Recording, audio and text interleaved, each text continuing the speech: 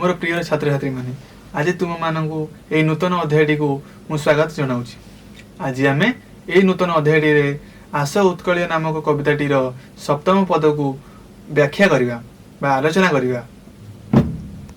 आस आज आम सप्तमतम पदरे किपरि भाव गोपबंधु दास पंडित गोपबंधु दास तांकर त्याग महत्व एवं से किपरि भाव दुखी दरिद्र मानकर सेवा करुले से विषय रे आज आम विशेष भाव में आलोचना करवा एवं तांकर महत्व विषय जानिबा।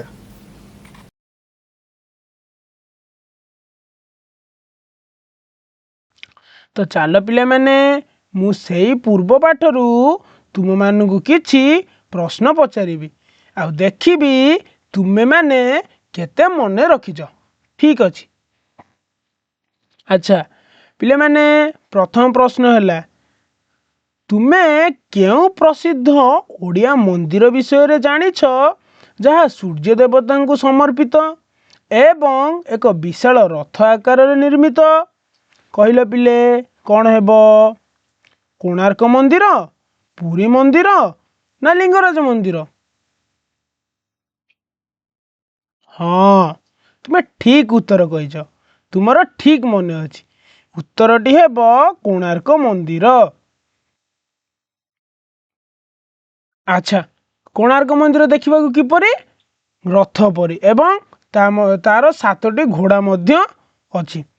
चलो परवर्ती प्रश्न को जिबा। कोणार्क मंदिर शीर्ष रे कलश स्थापन करने पई किए तांको जीवन को बलिदान देइथिले बोली लोक कथा कुए?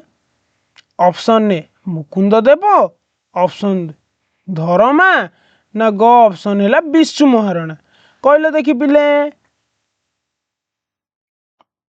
विशु महाराणा? नाई नाई नाई विशु महाराणा नहीं। विशु महाराणा कहीं मंदिर मुंडी स्थापन करेंगे? कलश कहीं मंदिर शीर्ष कलश स्थापन तो विशु महाराणा करनथिले। हाँ ठीक उत्तरटी होउची धर्मा। अरे धर्मा परा विशु महाराणा को पुओ थिला। 1200 बढ़ई को मान रखिबा पई से परा मंदिर कलश स्थापन करथिला। अच्छा ठीक अछि। परवर्ती प्रश्न कोणार्क मंदिर निर्माण करुथिबा मुख्य स्थपति नाम कौन थिला जीए धर्मांक पिता थिले? एटा तो बहुत सहज प्रश्न। एबे ही मु यार उत्तर तुमको जणाई देछि। जदि तुम ध्यान सहकार शुणुथबो अति सहज रे उत्तर कहीदेव। विशु महाराणा, कालिया महाराणा, जगन्नाथ महाराणा। हाँ सठिक उत्तर। सठिक उत्तरटी होउची विशु महाराणा। विशु महाराणा 1200 बढ़ई मध्य मुख्य स्थपित थिले एवं तांको पुओ धर्मा मंदिर कलश स्थापन करथिला। शीर्षर कलश स्थापन करथिला। अच्छा चलो पिला माने परवर्ती प्रश्न को जिबा। धर्मा काहे की समुद्र को डेई आत्महत्या करथिले? काहे की धर्मा समुद्र को डेई थिले कुह? कौन पे से आत्महत्या कले? राजा को भय करी, मंदिर निर्माण हो पारिला नहीं बोली, ना कारीगर मानक दंडरू रक्षा करने पाई? हाँ ठीक उत्तर। कारीगर मानक दंडरू रक्षा करने पाई से समुद्र को डेई आत्महत्या करथिले। कारण राजा प्रति तो तांकर कौनसी भय नथिला। मंदिर कार्य भी निर्माण हो जाइथिला। से मंदिर शीर्ष कलश को स्थापन करथिले। ताहले कौन हेबो ना कारीगर मानक दंडरू रक्षा करने पाई से समुद्र को डेई आत्महत्या करथिले। अच्छा परवर्ती प्रश्नर उत्तर दियो। कोणार्क मंदिर को इंग्रेज माने केउ नाम डाकुथुले? धला पगोड़ा, कला पगोड़ा, सुनेली पगोड़ा? हाँ बिल्कुल ठीक उत्तर। कोणार्क मंदिर को इंग्रेज माने कला पगोड़ा नाम रे डाकुथुले। चलो एबे आमे कविताटी को आवृत्ति करिबा। त्याग आदरस जातिर महत्व ଦେଶ ପାଇଁ ଦେଲା ନିଜକୁ ବଳି। ଦରିଦ୍ର ଜନର ବନ୍ଧୁ ଗୋପବନ୍ଧୁ, ସେ ପୁଅ ମହିମା ହେବ କି କଳି। ଅତି ସୁନ୍ଦର, ବହୁତ ବଢ଼ିଆ। କେତେ ସୁନ୍ଦର ଭାବରେ ତୁମେ ଗୀତଟିକୁ ଆବୃତ୍ତି କଲ। ଚାଲ ବର୍ତ୍ତମାନ ଆଗକୁ ଯିବା।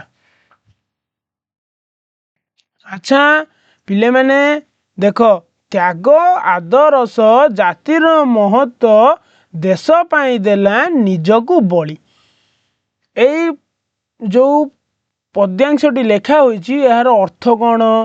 ତ୍ୟାଗ ଆଦରସ ଜାତିର ମହତ୍ଵ। ଏହି ଧାଡ଼ିର ଅର୍ଥ ହେଉଛି ତ୍ୟାଗ ଏବଂ ଆଦର୍ଶ ହେଉଛି ଏହି ଜାତିର ମହାନତାର ପ୍ରତୀକ। ପିଲାମାନେ, ତ୍ୟାଗ କ'ଣ? ନା ଯିଏ ନିଜ ସ୍ୱାର୍ଥକୁ ଭୁଲି, ନିଜର ବ୍ୟକ୍ତିଗତ ସ୍ୱାର୍ଥକୁ ଛାଡ଼ି ଦେଶ ଜାତିର ମଙ୍ଗଳ ପାଇଁ ନିଜ ଜୀବନକୁ ବିନିଯୋଗ କରେ, ତାହାକୁ ତ୍ୟାଗ କୁହାଯାଏ। ଦେଶ ପାଇଁ ଦେଲା ନିଜକୁ ବଳି। ଏହାର ଅର୍ଥ ହେଉଛି ନିଜ ଦେଶ ପାଇଁ ନିଜ ଜୀବନକୁ ବଳିଦାନ ଦେବା। ସଂକ୍ଷେପରେ ଏହି ପଦ୍ୟାଂଶ ଦେଶପ୍ରେମ ଏବଂ ନିଜ ମାତୃଭୂମି ପାଇଁ ବଳିଦାନର ମହତ୍ଵକୁ ବର୍ଣ୍ଣନା କରୁଛି। ଆମ ବୀର ପୁରୁଷମାନେ ନିଜ ଜୀବନକୁ ଖାତିର ନ କରି ନିଜ ଦେଶର ମଙ୍ଗଳ ପାଇଁ, ଦେଶର ଜନତାଙ୍କର ମଙ୍ଗଳ ପାଇଁ ତାଙ୍କର ତ୍ୟାଗ ଅତୁଳନୀୟ। ସେ ନିଜର ସମ୍ପୂର୍ଣ୍ଣ ଜୀବନକୁ ଦେଶବାସୀଙ୍କର ସେବାରେ, ମାଟି ମାଆର ସେବାରେ ଅର୍ପିତ କରିଛନ୍ତି। ଦରିଦ୍ର ଜନର ବନ୍ଧୁ ଗୋପବନ୍ଧୁ, ସେ ପୁଅ ମହିମା ହେବ କି କଳି।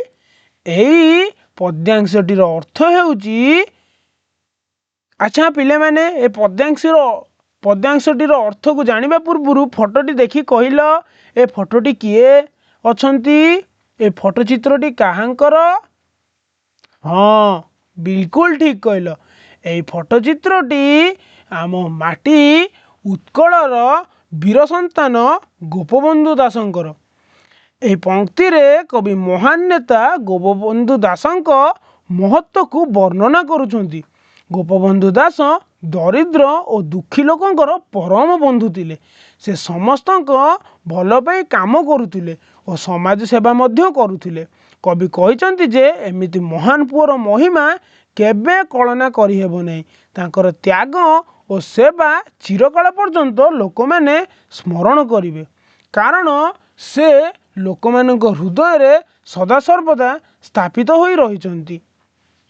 ତାଙ୍କର ତ୍ୟାଗ ଏବଂ ତାଙ୍କର ସେବା ଲୋକମାନଙ୍କ ପ୍ରତି ତାଙ୍କର ଦୟାଭାବ ଏବଂ ମାତୃଭୂମି ପ୍ରତି ଭଲ ପାଇବା ଅତୁଳନୀୟ ଅଟେ। ଆଚ୍ଛା, ଆମେ ଦେଖ, ଫଟୋ ଚିତ୍ରରେ କିଏ ବସିଛନ୍ତି? ଗୋପବନ୍ଧୁ ଦାସ ବସିଛନ୍ତି। ଆସ ଆମେ ଗୋପବନ୍ଧୁ ଦାସଙ୍କ ବିଷୟରେ କିଛି ଜାଣିବା। ଗୋପବନ୍ଧୁ ଦାସ ଓଡ଼ିଶାର ଜଣେ ମହାନ ସ୍ୱାଧୀନ ସେନାନୀ, ସମାଜସେବୀ ଏବଂ ଏକାଧାରରେ ସେ ମଧ୍ୟ ଜଣେ ଉଚ୍ଚତମ ଗୁରୁ ବା ଶିକ୍ଷକ ଥିଲେ। ତାଙ୍କୁ ଉତ୍କଳର ମଣି ବୋଲି କୁହାଯାଏ, କାରଣ ଯେପରି ମଣି ଚମକି ଉଠେ, ମଣିର ମୂଲ୍ୟ ଯେତେ, ସେହିପରି ଉତ୍କଳ ମାଟିରେ ମଧ୍ୟ ସେ ଚମକି ଉଠିଛନ୍ତି ଏବଂ ତାଙ୍କର ମୂଲ୍ୟ ଏବଂ ଅବଦାନ ଅତ୍ୟନ୍ତ ଅଧିକ। ସେ ଦୁଃଖୀ ଓ ଦରିଦ୍ର ଲୋକମାନଙ୍କ ପାଇଁ ସଦା କାମ କରୁଥିଲେ। ସେ ନିଜର ସମ୍ପୂର୍ଣ୍ଣ ଜୀବନକୁ ଦୁଃଖୀ, ଦରିଦ୍ର ଏବଂ ମାତୃଭୂମିର ସେବାରେ ବିତେଇଥିଲେ। 1877 ମସିହା ଅକ୍ଟୋବର ମାସ 9 ତାରିଖରେ ପୁରୀ ଜିଲ୍ଲାର ସୁଆଣ୍ଡ ଗ୍ରାମରେ ଏକ ମଧ୍ୟବର୍ତ୍ତୀ ପରିବାରରେ ସେ ଜନ୍ମଗ୍ରହଣ କରିଥିଲେ। ପିଲାଦିନରୁ ହିଁ ତାଙ୍କର ମନରେ ଦେଶପ୍ରେମ ଓ ଜାତିଭାବ ଓ ଦେଶର ସେବାର ମନୋଭାବ ରହିଥିଲା। ପିଲାମାନେ, ଫଟୋ ଚିତ୍ରଟିକୁ ଦେଖ, କିପରି ଗୋପବନ୍ଧୁ ଦାସ କିଛି ଖାଦ୍ୟ ଏକ ଦରିଦ୍ର ଲୋକଙ୍କୁ ଦେଉଥିବାର ଫଟୋ ଚିତ୍ରରେ ଦର୍ଶାଯାଇଛି। ଗୋପବନ୍ଧୁ ଦାସ ଦରିଦ୍ର ଓ ଦୁଃଖୀ ଲୋକମାନଙ୍କୁ ବହୁତ ସହାୟତା କରୁଥିଲେ। ଯେତେବେଳେ ବନ୍ୟା ବା ଦୁର୍ଭିକ୍ଷ ହୁଏ, ସେ ଲୋକମାନଙ୍କୁ ଖାଦ୍ୟ, ବସ୍ତ୍ରର ସହାୟତା ମଧ୍ୟ ଦେଉଥିଲେ ଏବଂ ଯେଉଁମାନଙ୍କର ଘର ବନ୍ୟାରେ ଭାସି ଯାଇଥାଏ ବା ଧୋଇ ଯାଇଥାଏ, ସେମାନଙ୍କୁ ମଧ୍ୟ ସେ ଆଶ୍ରୟ ଦେଉଥିଲେ। ଏହି କାରଣରୁ ଲୋକମାନେ ତାଙ୍କୁ ଦରିଦ୍ର ଜନର ବନ୍ଧୁ ବୋଲି କହୁଥିଲେ। ପିଲାମାନେ ଆମ ରାଜ୍ୟ ଓଡ଼ିଶା ଭାରତର ପୂର୍ବରେ ଅବସ୍ଥିତ। ଆମ ରାଜ୍ୟ ଓଡ଼ିଶାର ନିକଟକୁ ଲାଗିକରି ବଙ୍ଗୋପସାଗର ରହିଅଛି। ପ୍ରତ୍ୟେକ ବର୍ଷ ବର୍ଷା ଋତୁରେ ଆମ ରାଜ୍ୟକୁ ଲାଗି ରହିଥିବା ବଙ୍ଗୋପସାଗରରେ ଘୂର୍ଣ୍ଣିବଳୟ ଯୋଗୁଁ ବାତ୍ୟା ବା ବନ୍ୟା ସୃଷ୍ଟି ହୋଇଥାଏ।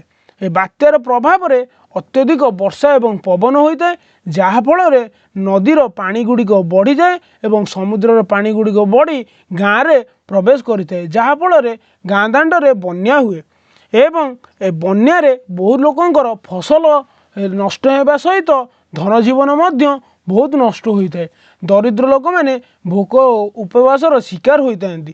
ତେଣୁକରି ଏହି ଦୁର୍ବିପାକ ସମୟରେ ଗୋପବନ୍ଧୁ ଦାସ ସେ ଦରିଦ୍ର ଲୋକମାନଙ୍କର ବନ୍ଧୁ ସାଜି ତାଙ୍କ ପାଖରେ ଭଗବାନ ରୂପରେ ଆସି ତାଙ୍କୁ ବିଭିନ୍ନ ପ୍ରକାରର ସହାୟତା ପ୍ରଦାନ କରିଥାନ୍ତି। ପିଲାମାନେ ଦେଖ, ଏହି ଚିତ୍ରରେ କିପରି ବନ୍ୟାର ଦୃଶ୍ୟଟି ଦର୍ଶାଯାଇଛି। ଗାଁ ଗୁଡ଼ିକ କିପରି ଗାଁ ଗଣ୍ଡା ଗୁଡ଼ିକ ବନ୍ୟାରେ ବୁଡ଼ି ଯାଇଅଛି। ଗୋପବନ୍ଧୁଙ୍କ ଜୀବନ ସବୁଠାରୁ ହୃଦୟସ୍ପର୍ଶୀ ଘଟଣା ହେଉଛି ବନ୍ୟା ସେବା। ଥରେ ଓଡ଼ିଶାର ଭୟଙ୍କର ବନ୍ୟା ହୋଇଥିଲା। ସେହି ସମୟରେ ତାଙ୍କ ପୁଅ ମଧ୍ୟ ରୋଗଶଯ୍ୟାରେ ପଡ଼ିଥିଲେ। ସେ ରୋଗଶଯ୍ୟାରେ ପଡ଼ିଥିଲେ। ଏହା ଦେଖି ତାଙ୍କର ପତ୍ନୀ ତାଙ୍କ ପୁଅକୁ ଡାକ୍ତରଙ୍କ ପାଖକୁ ନେବା ପାଇଁ କହିଲେ ଏବଂ ତାଙ୍କ ପୁଅର ଯତ୍ନ ଏବଂ ସେବା ନେବା ପାଇଁ କହିଲେ। ଏହା କଥା ଶୁଣି ଗୋପବନ୍ଧୁ ଦାସ ତାଙ୍କୁ କହିଥିଲେ, ମୁଁ ଯଦି ଆଜି ମୋର ସମ୍ପୂର୍ଣ୍ଣ ସମୟ ମୋର ପୁଅ ପାଖରେ ବିତେଇବି, ମୋ ପୁଅକୁ ମୋର ସେବା ଦେବି, ତାହେଲେ ମୋ ଓଡ଼ିଶା ମାଆଙ୍କର, ମୋ ଉତ୍କଳ ମାଆର ଯେତେ ସବୁ ସନ୍ତାନ ଅଛନ୍ତି, ମୋର ଯେତିକି ଭଉଣୀ ଭାଇ ଅଛନ୍ତି, ମୋର ଯେତିକି ପୁଅମାନେ ଅଛନ୍ତି, ସେ ସହସ୍ର ପୁଅମାନଙ୍କର ଯତ୍ନ କିଏ ନେବ? ତେଣୁକରି ଏହା କହି ସେ ଅନ୍ୟ ଦେଶବାସୀମାନଙ୍କ ଏବଂ ଦରିଦ୍ର ରୋଗୀ ଲୋକମାନଙ୍କର ସେବା କରିବାକୁ ଆଗକୁ ତାଙ୍କର ସାଥୀମାନଙ୍କ ସହିତ ଚାଲି ଯାଇଥିଲେ ଏବଂ ଯେତେବେଳେ ସେ ପରେ ଘରକୁ ଫେରୁଛନ୍ତି, ଦେଖନ୍ତି ତ ତାଙ୍କ ପୁତ୍ର ରୋଗର ଶଯ୍ୟାରେ ପଡ଼ି ମୃତ୍ୟୁକୁ ବରଣ କରିଛି। ଶେଷ ମୁହୂର୍ତ୍ତରେ ମଧ୍ୟ ତାଙ୍କ ପାଖରେ ନଥିବାରୁ ସେ ନିଜକୁ ଦୁଃଖିତ ମନେ କରୁଥିଲେ, କିନ୍ତୁ ସେ ନିଜ ପୁଅ ପାଖରେ ନ ରହି ବନ୍ୟା ବିପନ୍ନରେ ସେବା କରିବାକୁ ଚାଲି ଯାଇଥିଲେ। ଏପରି ସେ ମହାନ ଜଣେ ବ୍ୟକ୍ତିତ୍ୱ ଥିଲେ। ତାଙ୍କର ମହାନ ଗାଥା କହିଲେ ବି ନ ସରେ। ସେ ଯେତେବେଳେ ତାଙ୍କ ଶିକ୍ଷକତା ଜୀବନ କରୁଥିଲେ, ସେ ବକୁଳ ବନରେ ଏକ ବନବିଦ୍ୟାଳୟ ଖୋଲିଥିଲେ, ଯାହାର ନାମ ସେ ଦେଇଥିଲେ ସତ୍ୟବାଦୀ ବନବିଦ୍ୟାଳୟ। 1909 ମସିହାରେ ସେ ସାକ୍ଷୀଗୋପାଳଠାରେ ସତ୍ୟବାଦୀ ବନବିଦ୍ୟାଳୟ ପ୍ରତିଷ୍ଠା କରିଥିଲେ। ଏହା କେବଳ ଏକ ବିଦ୍ୟାଳୟ ନଥିଲା, ବରଂ ମଣିଷ ଗଢ଼ା କାରଖାନା ଥିଲା। ସେଠାରେ ଜାତି ଧର୍ମ ନିର୍ବିଶେଷରେ ସମସ୍ତେ ଏକାଠି ବସି ପାଠ ପଢ଼ୁଥିଲେ ଓ ଭୋଜନ କରୁଥିଲେ। ଗୋପବନ୍ଧୁ ଦାସ ଏବଂ ତାଙ୍କର କିଛି ଜଣ ସାଥୀମାନଙ୍କୁ ନେଇ ସେ ବନବିଦ୍ୟାଳୟକୁ ଖୋଲିଥିଲେ। ଏହାକୁ ମଧ୍ୟ ପଞ୍ଚସାଥୀ ବନବିଦ୍ୟାଳୟ ମଧ୍ୟ କୁହାଯାଏ। ଲୋକଙ୍କ ସ୍ୱରକୁ ସରକାରଙ୍କ ପାଖରେ ପହଞ୍ଚାଇବା ପାଇଁ 1919 ମସିହାରେ ସମାଜ ଖବରକାଗଜ ଆରମ୍ଭ କରିଥିଲେ। ଜେଲରେ ଥିବା ସମୟରେ ବନ୍ଦୀର ଆତ୍ମକଥା, ଧର୍ମପଦ ଓ କାରାକାହାଣୀ ଭଳି ଅନ୍ୟାନ୍ୟ କୃତି ରଚନା କରିଥିଲେ। ଆଜି ବି ପିଲାମାନେ ତୁମେମାନେ ଯେଉଁ ସମାଜ ଖବରକାଗଜ ଦେଖୁଛ, ତାହାର ପ୍ରତିଷ୍ଠାତା ଥିଲେ କିଏ? ଗୋପବନ୍ଧୁ ଦାସ। ସେ ଜେଲରେ ଥିଲାବେଳେ ବନ୍ଦୀର ଆତ୍ମକଥା ଲେଖୁଥିଲେ। ସେ ଜେଲରେ ଥାଇ ମଧ୍ୟ ବନ୍ଦୀର ଆତ୍ମକଥା, କାରାକବିତା ଓ ଧର୍ମପଦ ପରି ରଚନା କରି ଲୋକମାନଙ୍କ ମନରେ ପ୍ରେରଣା ଦେଉଥିଲେ। ସେ ବନ୍ଦୀର ଆତ୍ମକଥାରେ ତାଙ୍କ ଜେଲ ଜୀବନରେ ଘଟୁଥିବା ଘଟଣା ଗୁଡ଼ିକ ବର୍ଣ୍ଣନା କରିଥିଲେ। କିପରି ଏକ କଏଦୀଙ୍କୁ ବ୍ୟବହାର କରାଯାଏ। ଉତ୍କଳମଣି ଗୋପବନ୍ଧୁ ଦାସ ବନ୍ଦୀର ଆତ୍ମକଥାରେ ଗୋଟିଏ କଥା ଲେଖିଥିଲେ, ଯେଉଁଟାକି ସାରା ଦେଶ ବିଦେଶରେ ପ୍ରଚଳିତ ଏବଂ ସବୁ ଓଡ଼ିଆଙ୍କ ହୃଦୟରେ ଏ କଥାଟି ଗଭୀର ଭାବେ ରହିଯାଇଅଛି। ପ୍ରତ୍ୟେକ ଓଡ଼ିଆଙ୍କ ମୁଖରେ ଏ କଥାଟି ନିଶ୍ଚିତ ଭାବେ ଅଛି। ମିଶୁ ମୋର ଦେହ ଏ ଦେଶ ମାଟିରେ, ଦେଶବାସୀ ଚାଲି ଯାଆନ୍ତୁ ପିଠିରେ, ଦେଶର ସ୍ୱରାଜ୍ୟ ପଥେ ଯେତେ ଗାଢ଼, ପୁରୀ ତଇଁ ପଡ଼ି ମୋର ମାଂସ ହାଡ଼। ଉତ୍କଳମଣି ଗୋପବନ୍ଧୁ ଦାସଙ୍କର ଏହି ପଦ୍ୟାଂଶଟିକୁ ମୁଁ ଆଉ ଥରେ ପଢ଼ୁଛି। ମିଶୁ ମୋର ଦେହ ଏ ଦେଶ ମାଟିରେ, ଦେଶବାସୀ ଚାଲି ଯାଆନ୍ତୁ ପିଠିରେ, ଦେଶର ସ୍ୱରାଜ୍ୟ ପଥେ ଯେତେ ଗାଢ଼ ପୁରୀ ତହିଁ ପଡ଼ି ମୋର ମାଂସ ହାଡ଼। ବନ୍ଦିର ଆତ୍ମକଥାରୁ ତାଙ୍କର ସେହି ପ୍ରସିଦ୍ଧ ପଦଟି ଆଜି ମଧ୍ୟ ସବୁ ଓଡ଼ିଆଙ୍କ ମୁଖରେ ଶୁଣାଯାଏ। ଏହାର ଅର୍ଥ ହେଉଛି କବି ନିଜ ଦେଶ ଓ ଦେଶବାସୀଙ୍କ ପାଇଁ ନିଜର ପ୍ରାଣବଳି ଦେବାକୁ ମଧ୍ୟ ପ୍ରସ୍ତୁତ। ସେ ଚାହାନ୍ତି ଯେ ତାଙ୍କ ଶରୀର ଏହି ଦେଶର ମାଟିରେ ମିଶିଯାଉ, ଦେଶବାସୀ ତାଙ୍କ ପିଠି ଉପରେ ଚାଲିଯାଆନ୍ତୁ ଏବଂ ଦେଶର ସ୍ୱାଧୀନ ପଥରେ ଥିବା ଖାଲଖମା ତାଙ୍କ ମାଂସ ଓ ହାଡ଼ ଦ୍ୱାରା ପୂରଣ ହେଉ। ଏଥିରେ ସେ ନିଜର ପ୍ରକୃତ ମାଂସ ହାଡ଼ କଥା କହିନାହାନ୍ତି, ଏଥିରେ ସେ ସାରା ଜୀବନକୁ ଉତ୍ସର୍ଗ କରିବାର କଥା କହିଛନ୍ତି। ନିଃସ୍ୱାର୍ଥପର ଦେଶପ୍ରେମ। କବିଙ୍କର ନିଜ ପାଇଁ କୌଣସି ମୋହ ନାହିଁ, ସେ ସମ୍ପୂର୍ଣ୍ଣ ରୂପେ ଦେଶ ପାଇଁ ସମର୍ପିତ। ନିଜର ସମଗ୍ର ଜୀବନକୁ ଏକ ତପସ୍ୟା ରୂପେ ଦେଶର ସେବାରେ ଏବଂ ଜନସେବାରେ ସେ ନିଶ୍ଚାବର କରିଦେଇଛନ୍ତି। ସେବା ଓ ତ୍ୟାଗ। ସେ ଦେଶବାସୀଙ୍କ ଉନ୍ନତି ଓ ସ୍ୱରାଜ୍ୟ ପାଇଁ ନିଜ ଜୀବନର ଶେଷ ରକ୍ତବିନ୍ଦୁ ପର୍ଯ୍ୟନ୍ତ ତ୍ୟାଗ କରିବାକୁ ମଧ୍ୟ ପ୍ରସ୍ତୁତ ଅଛନ୍ତି। ଭୂମି ସହ ସମ୍ପର୍କ।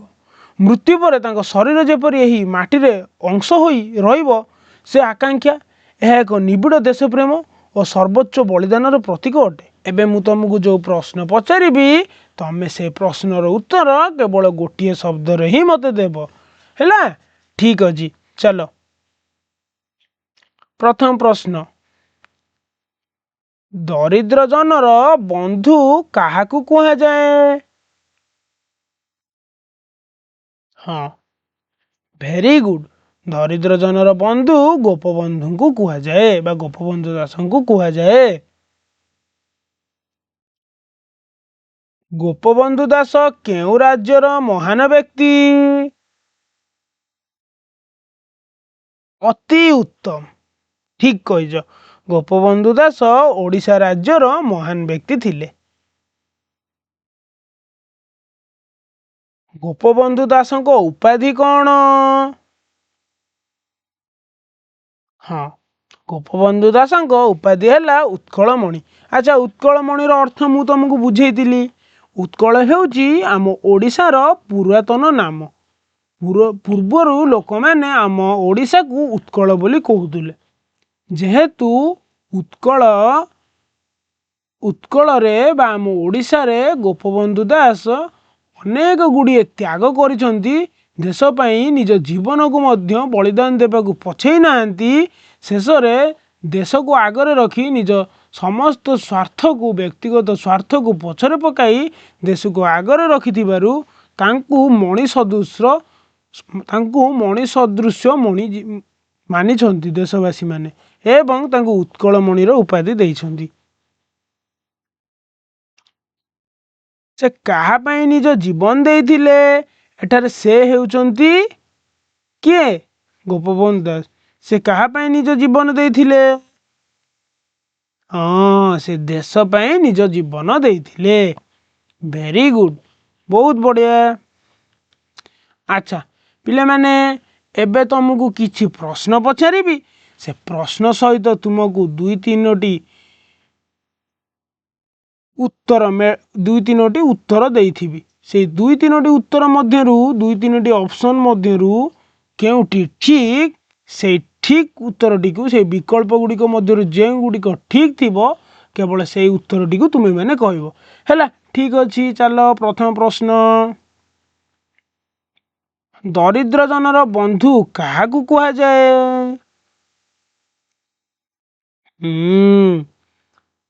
କୁହ। ବୀର ସୁରେନ୍ଦ୍ର ସାଏ, ନା ଗୋପବନ୍ଧୁ ଦାସ, ନା ଲକ୍ଷ୍ମଣ ନାୟକ, ନା ବକ୍ସି ଜଗବନ୍ଧୁ? Very good. ଦରିଦ୍ର ଜନର ବନ୍ଧୁ ଗୋପବନ୍ଧୁ ଦାସଙ୍କୁ କୁହାଯାଏ। ଏବେ ପରା ପଢ଼ିକି ଆଇଲେ। ଆଚ୍ଛା, ଗୋପବନ୍ଧୁ ଦାସଙ୍କ ଉପାଧି କ'ଣ? ଆରେ ବା, କେତେ ବଢ଼ିଆ। ତମେ ବିକଳ୍ପ କହିବା ଆଗରୁ କହିଦେଲ ଉତ୍କଳମଣି। ବା, କେତେ ବଢ଼ିଆ ଉତ୍ତର ଦଉଛ ତୁମେମାନେ। ଠିକ୍ ଉତ୍ତର, ଉତ୍କଳମଣି ହେଲା ଗୋପବନ୍ଧୁ ଦାସଙ୍କର ଉପାଧି। ଉତ୍କଳ ଗୌରବ ନୁହେଁ, ଜନନାୟକ ନୁହେଁ, କି ଦେଶବନ୍ଧୁ ନୁହେଁ। ହେଲା, ଗୋପବନ୍ଧୁ ଦାସ କାହା ପାଇଁ ନିଜକୁ ବଳି ଦେଲେ? ଦେଶ ପାଇଁ, ଧନ ପାଇଁ, ଖେଳ ପାଇଁ ନା ମଜା ପାଇଁ? ଧନ ପାଇଁ। ନା ନା ନା, ଏବେ ପରା କହିଲି ଗୋପବନ୍ଧୁ ଦାସ ଦେଶ ପାଇଁ ନିଜକୁ ବଳି ଦେଲେ। ଆରେ ତାଙ୍କ ପାଖରେ କ'ଣ ଧନର ଅଭାବ ଥିଲା? ସେ ପରା ଲୋକମାନଙ୍କ ହୃଦୟରେ ରାଜ କରୁଥିଲେ। ଆଉ ସେ କ'ଣ ଛୋଟ ପିଲା ଥିଲେ ତୁମ ଭଳି କି ଖେଳ ପାଇଁ ନିଜ ଜୀବନ ଦେବେ? ତୁମେ ତ ଖେଳୁଛ ସବୁବେଳେ। ଦେଶ ପାଇଁ ସେ ନିଜ ଜୀବନକୁ ବଳି ଦେଲେ। କବିତାରେ କେଉଁ ଗୁଣଟି ଉଲ୍ଲେଖ ହୋଇଛି? ତ୍ୟାଗ ଗୁଣ। ହଁ ଠିକ ଅଛି, ତ୍ୟାଗ ଗୁଣ ବି ଠିକ ଅଛି। ଆଦର୍ଶ ଗୁଣ ଠିକ ଅଛି। ଦେଶପ୍ରେମ ଗୁଣ ହଁ ଠିକ ଅଛି। ତାହେଲେ କ'ଣ ଉପରୋକ୍ତ ସବୁ ହେବ, କାରଣ ତ୍ୟାଗ ଗୁଣ ବି ତୁମେ ମାନେ କହିଲ, ଆଦର୍ଶ ଗୁଣ ବି ତୁମେ ମାନେ କହିଲ, ଦେଶପ୍ରେମ ଗୁଣ ବି କହିଲ। ଉପରୋକ୍ତ ସମସ୍ତ ଗୁଣ ଏ କବିତାରେ ଅଛି ବା ଉଲ୍ଲେଖ କରାଯାଇଛି। ଉପରୋକ୍ତ ସମସ୍ତ ହେବ ଠିକ ଉତ୍ତର ହେଲା।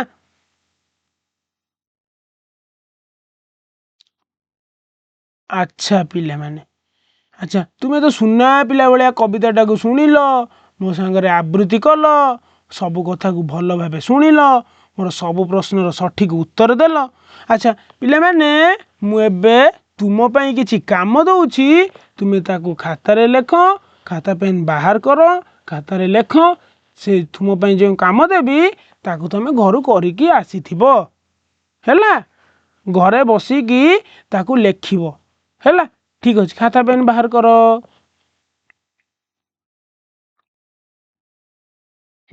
ଠିକ ଅଛି, ଲେଖ।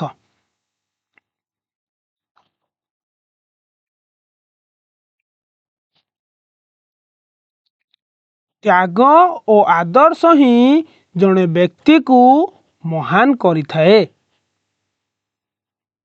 ଆଉ ଥରେ କହୁଛି, ଲେଖ। ତ୍ୟାଗ ଓ ଆଦର୍ଶ ହିଁ ଜଣେ ବ୍ୟକ୍ତିକୁ ମହାନ କରିଥାଏ। ଏହି ପଂକ୍ତିକୁ ଆଧାର କରି ଉତ୍କଳମଣି ଗୋପବନ୍ଧୁ ଦାସଙ୍କ ଜୀବନୀ ଓ ତାଙ୍କ ସମାଜ ସେବା ବିଷୟରେ ଆଲୋଚନା କର। ହେଲା। ଆଚ୍ଛା, ଖାତାରେ ସମସ୍ତେ ଲେଖିଲ। ପରବର୍ତ୍ତୀ ପ୍ରଶ୍ନ। ଦେଶ ପାଇଁ ଦେଲା ନିଜକୁ ବଳି। ଦେଶ ପାଇଁ ଦେଲା ନିଜକୁ ବଳି।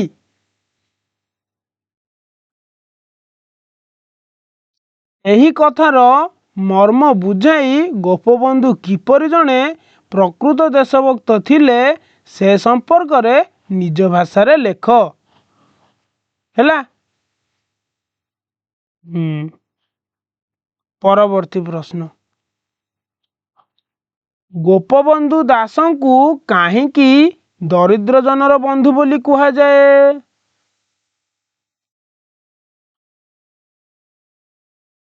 ତାଙ୍କର ମାନବ ସେବା ଓ ଦୀନ ଦୁଃଖୀଙ୍କ ପ୍ରତି ଥିବା ଭଲ ପାଇବାକୁ ଉଦାହରଣ ସହ ବର୍ଣ୍ଣନା କର। ଆଚ୍ଛା ପିଲାମାନେ, ତମେ ବହୁତ ଧ୍ୟାନର ସହିତ ଦେଖିଲ, ବହୁତ ଧ୍ୟାନର ସହ ବୁଝିଲ, ବହୁତ ଧୈର୍ଯ୍ୟର ସହକାରେ ବସିଲ। ସେଥିପାଇଁ ତୁମ ସମସ୍ତଙ୍କୁ ମୋ ତରଫରୁ ଧନ୍ୟବାଦ। ସେମିତି ସବୁବେଳେ ଖୁସିରେ ଥାଅ, ଭଲରେ ଥାଅ, ଖାଅ ପିଅ, ଖେଳ କୁଦ, ଆଉ ସମସ୍ତଙ୍କର ପ୍ରିୟ ହୋଇ ସବୁବେଳେ ରୁହ। ଧନ୍ୟବାଦ। ଖୁସିରେ ଶିଖିବା ସମସ୍ତଙ୍କ ଅଧିକାର। ନମସ୍କାର।